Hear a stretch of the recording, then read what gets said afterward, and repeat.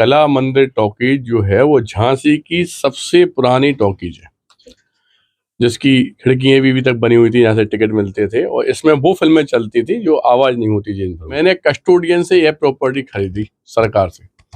अगर कस्टोडियन की प्रॉपर्टी है तो कस्टोडियन वो प्रॉपर्टी कहलाती है जिसमें हिंदुस्तान से जब पाकिस्तान का विभाजन हुआ और जो मुस्लिम वर्ग यहाँ से वहाँ रहने के लिए गया, उनकी जो प्रॉपर्टी थी वो हमेशा कस्टोडियन की प्रॉपर्टी, जो जिसपे की पूरा अधिकार गवर्नमेंट का होता है। क्या उसका जेडीए से नक्शा पास हुआ? क्या रोड छोड़कर उन्हें बेसमेंट बन रहा है? उस सुरंग को जबरदस्ती उसको ढांक कर उसमें अपने हिसाब से काम कर रहे हैं जो भूमाफिया लोग हैं। ये झांसी की जो धन की व्यवस्था थी वो अंग्रेजों को नहीं मिली थी। पुरातत्व विभाग इस पे थोड़ा भी ध्यान देती है तो झांसी और उत्तर प्रदेश और हमारे माननीय योगी आदित्यनाथ जी को बहुत बड़ी सफलता मिलेगी, जिससे देश तरक्की करेगा। जो हम लोगों के संज्ञान में, जिसपे घोड़े पे बैठ के आदमी निकल सकता, इतनी बड़ी सुरंग वहां पे निकली, तो इससे पुरानी ऐतिहासिक धरोहर को नष्ट ना किया जाए। झांसी में इस समय एक मुद्दा जंगल में आग की तरह फैल रहा है, चर्चाएं आम बना हुआ है। आज हमारे साथ झांसी के वरिष्ठ समाज सेवी संदीप सरावगी हैं। आइए हम इनसे खास बातचीत करते हैं और जानते हैं कि इस मुद्दे पर इतनी चर्चाएं क्यों हो रही हैं। सर, ऐसा क्या है जो एक मुद्दा जंगल में आग की तरह फैल रहा है? इसके पीछे क्या कारण है? थोड़ा सा विस्तार से बताइए इसको। सबसे पहले यह मुद्दा यह है कि कला मंदिर टॉकीज जो है वो झांसी की सबसे पुरानी टॉकीज है, जिसकी खिड़कियां भी अभी तक बनी हुई थी, यहाँ से टिकट मिलते थे और इसमें वो फिल्में चलती थी जो आवाज नहीं होती जिन फिल्मों में। यह जो प्रॉपर्टी थी वहाँ के मालिक डॉक्टर लोहिया जी ने, कल दयाराम लोहिया ने अपने शब्दों में कहा है कि मैंने कस्टोडियन से यह प्रॉपर्टी खरीदी सरकार से।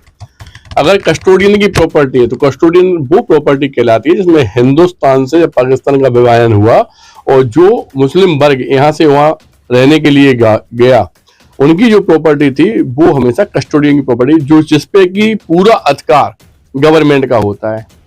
लेकिन डॉक्टर लोहिया जी द्वारा यह प्रॉपर्टी कैसे बेची गई, क्यों बेची गई, क्या कारण था, इस बातों से मुझे कोई लेना देना नहीं।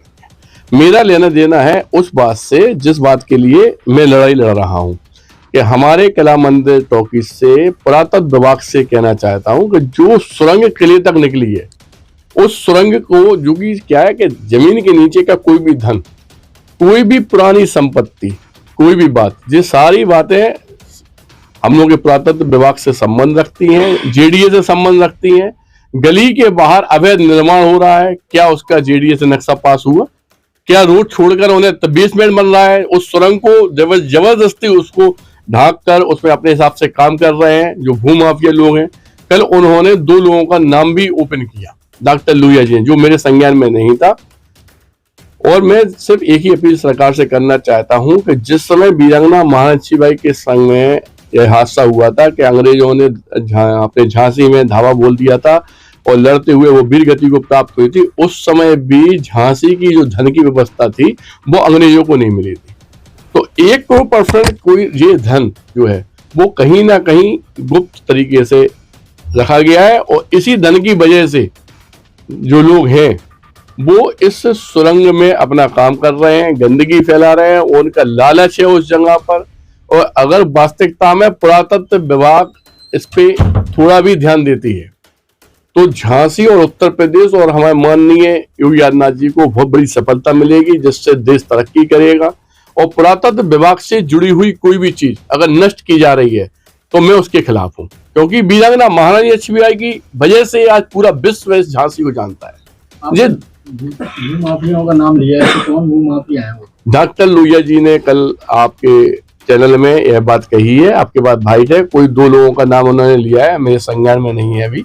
वो वाइट आप अपने हिसाब से आप पत्रकार हैं, अवेलेबल कराइए, क्योंकि जो लोग भी इस गंदे काम में लिप्त हैं, मेरा प्रशासन से सिर्फ एक ही कहना है कि इसकी खोजबीन की जाए। अगर वो सुरंग यहाँ से वहां तक निकली है जो हम लोगों के संज्ञान में, जिसपे घोड़े पे बैठ के आदमी निकल सकता, इतनी बड़ी सुरंग वहां पे निकली है, तो इससे पुरानी ऐतिहासिक धरोहर को नष्ट ना किया जाए। मैं इसके बेहद खिलाफ हूं और मैं यह चाहता हूं, अपील करता हूं आपके चैनल के माध्यम से कि माननीय हमारे जिलाधिकारी महोदय, माननीय जेडीए, माननीय एसपी साहब और माननीय पुरातत्व विभाग इस बात को इसलिए संज्ञान में ले क्योंकि शहर में ऐसी कई जगह हैं जहां पे जमीन खोदने पे धन की प्राप्ति हो।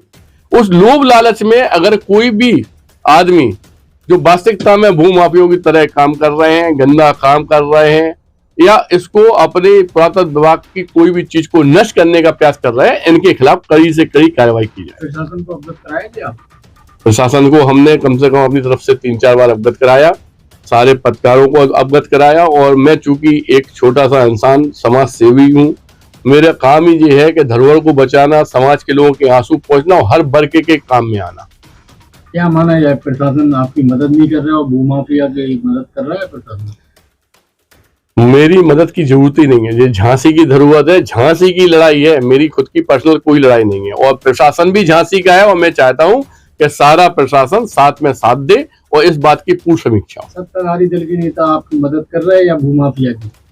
सत्ताधारी दल के नेता भूमाफिया की मदद करें या मेरा किसी से भी कोई वार्तालाप नहीं हुई है। मुझे सिर्फ और सिर्फ झांसी के इतिहास और धरोहर को बचाने का संकल्प जो मैंने लिया है, उस बात के लिए मैं प्रयत्न कर रहा हूँ। आप आवाज उठा रहे हैं ना जी, धरोहर को बचाने के लिए। जी, इसमें प्रशासन और झांसी के सत्ताधारी दल के नेता आपकी मदद में हैं या नहीं? बिल्कुल मदद करेंगे। अगर मदद नहीं करते हैं तो धरोहर को बचाने का शायद ऐसा प्रयास में अनभिज्ञता पाएंगे अपन उनकी, लेकिन हमारे साथ फिलहाल जब हमने देखा, जब भी हम आवाज उठाते हैं कि सारे लोग साथ देते हैं। कितना समय हो गया आपको आवाज उठाते हुए? अभी हमें करीब 1-1.5 महीने से हम इस बात के प्रयास में लगे हुए हैं कि इस बात की जांच की जाए, क्योंकि इस बात से पूरा शहर अवगत है कि वास्तविकता में वहां पे जो संज्ञान में तो नहीं ले रहे इस मामले को। साहब, हमारा काम है आवाज उठाना, हमारा काम है दूसरों की सेवा करना, हमारा काम है मानव सेवा करना और उस इतिहास की धरोहर को बचाना, या उस इतिहास को बचाना जिसमें कि वास्तविकता में सब लोग साथ दें। बहुत बहुत धन्यवाद संदीप जी।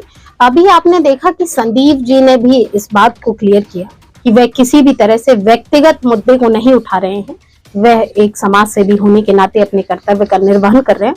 और हमारा चैनल भी इस बात की पुष्टि करता है कि हम किसी भी तरह के व्यक्तिगत मामले को हमारे चैनल के माध्यम से प्रस्तावित नहीं कर रहे हैं, प्रसारित नहीं कर रहे हैं। यह एक धरोहर को बचाने का प्रयास किया जा रहा है, जिसमें हमारी छोटी सी भूमिका है। धन्यवाद। मैं संगीता राय, न्यूज़ जंक्शन, झांसी।